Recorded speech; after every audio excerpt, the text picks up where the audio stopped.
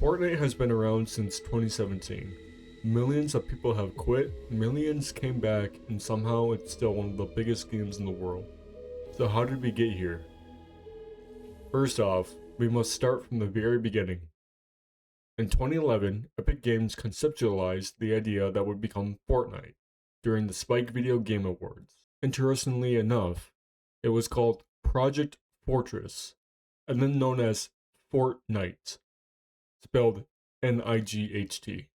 At the time, it was described as a world where you explore, you scavenge, you build, and ultimately, you survive. This version, known as Fortnite Save the World, was launched as a paid early access game on July 17th, 2017. As much of a unique concept as it was, it didn't kick off the way Epic Games initially hoped for. However, this wouldn't be the end at all. In fact, it was just the beginning. Chapter 2: Battle Royale Explosion. In 2017, the Battle Royale genre was ablaze. Games such as PUBG or PlayerUnknown's Battlegrounds had quickly situated itself as a household name. Epic Games recognized the opportunity to jump on the bandwagon.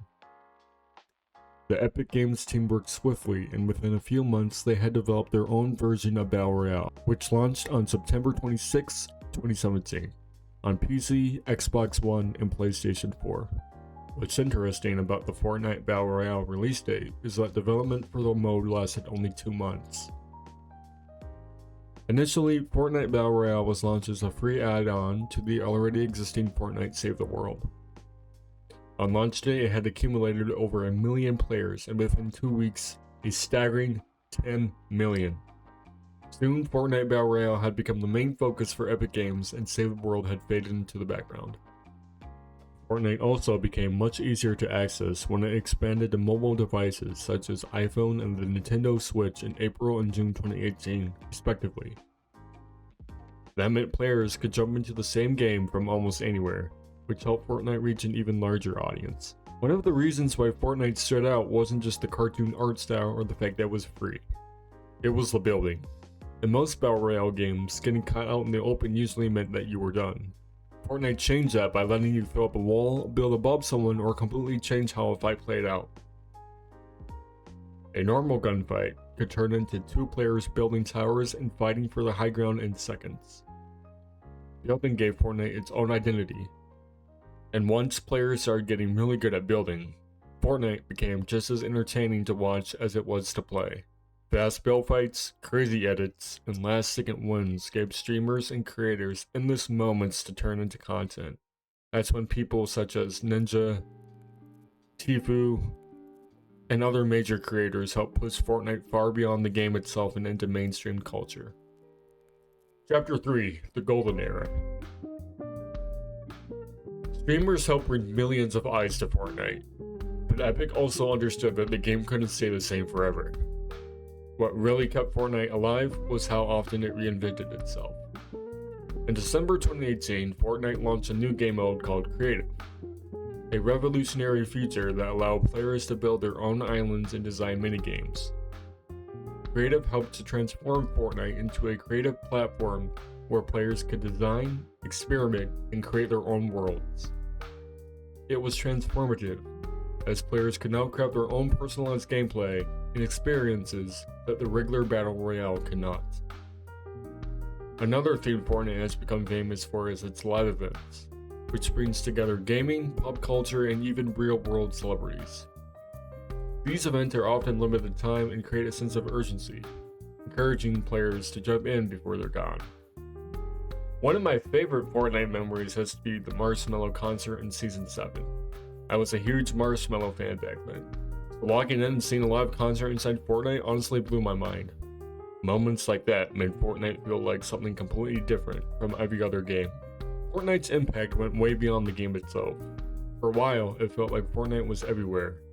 People were doing dances at school, athletes were using emotes after scoring, and even people who didn't play the game still knew what it was. It also brought gaming further into mainstream culture, through celebrity streams, huge tournaments, concerts, and brand new collaborations. Whether people loved Fortnite or made fun of it, there was no denying how much influence it had on gaming and pop culture. Chapter 4: today. Fortnite's popularity has gone through plenty of highs and lows over the years, but the game never really stopped changing. Instead of relying only on its original Battle Royale mode, Epic continued adding new ways to play, which helped Fortnite stay relevant years after its original release. In 2022, a new game mode called Zero Build was released. Building was the mechanic that originally made Fortnite unique.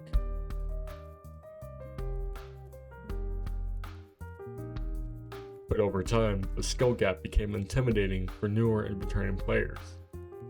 Zero Build gave those players a way to enjoy Fortnite without needing to build a 5-star hotel every time someone fired one bullet at them. You know what I'm talking about. Another big change came in late 2023 with LEGO Fortnite. I'll be honest, when I first heard about it, I thought it was just another crossover. Turns out it was basically an entirely different game. Instead of dropping into a Battle Royale match, players could build villages, gather resources, craft gear, and survive in a huge open world. It showed that Fortnite wasn't just trying to be a Battle Royale anymore. It was becoming a platform, something for almost everyone.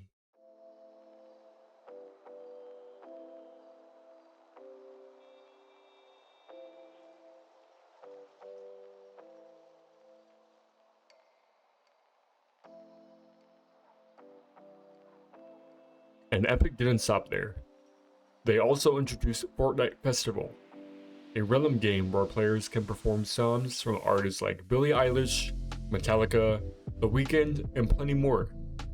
It honestly reminds me of the old Guitar Hero and Rock Band days, just built right into Fortnite. Whether rhythm games are your thing is another example of how Epic Games keeps finding new ways to keep players entertained, why people still play. I think the biggest reason why people still play Fortnite is because it never stays the same for very long. One season, there's a brand new map. The next, you're racing cars, building Lego villages, or even watching a live concert with millions of other players. Some people come back for nostalgia, while others stick around because there's always something new to try. Fortnite isn't just surviving anymore, it's constantly reinventing itself. Whether you love it, hate it, or haven't played in years, there's a good chance they'll find a way to pull you back in eventually.